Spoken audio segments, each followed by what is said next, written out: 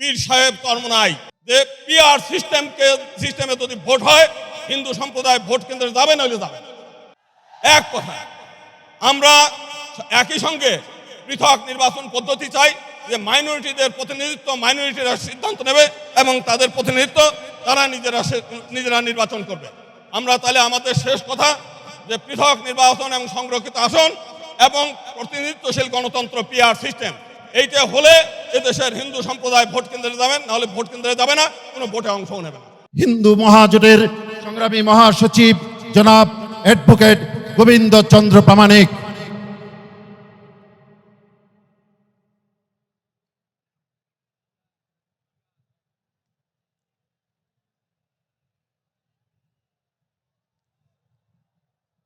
ইসলামী আন্দোলন বাংলাদেশ কর্তৃক আয়োজিত আজকের এই জনসমুদ্রে আমাদের মাঝে উপস্থিত আছেন এদেশের কোটি কোটি মানুষের আশা আকাঙ্ক্ষার প্রতীক এবং প্রকৃত গণতন্ত্রের জনক পীর সাহেব চরমোনাই।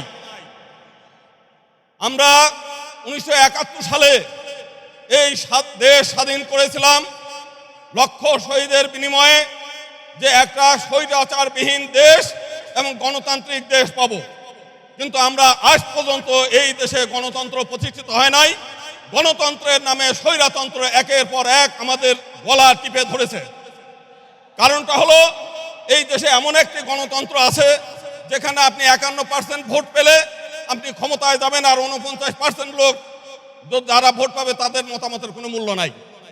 শুধু তাই না, এমন একটা পজিশন যেখানে মাত্র 30%, যদি বহুদলীয় দল ইলেকশন করে 30% লোক ভোট পেয়ে তারা ক্ষমতায় থাকে, 70% মানুষের উপরে নির্যাতন চালায়।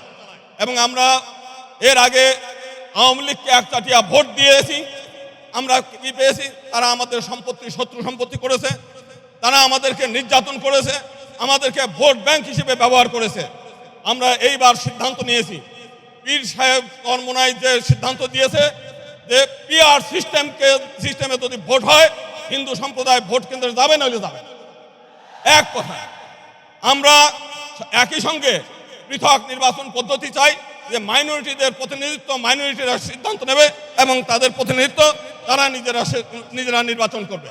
আমরা তাহলে আমাদের শেষ কথা যে পৃথক নির্বাচন এবং সংরক্ষিত আসন এবং প্রতিনিধিত্বশীল গণতন্ত্র পিআর সিস্টেম, এইটা হলে এদেশের হিন্দু সম্প্রদায় ভোট কেন্দ্রে যাবেন, নাহলে ভোট কেন্দ্রে যাবে না, কোনো ভোটে অংশ নেবে না। ধন্যবাদ।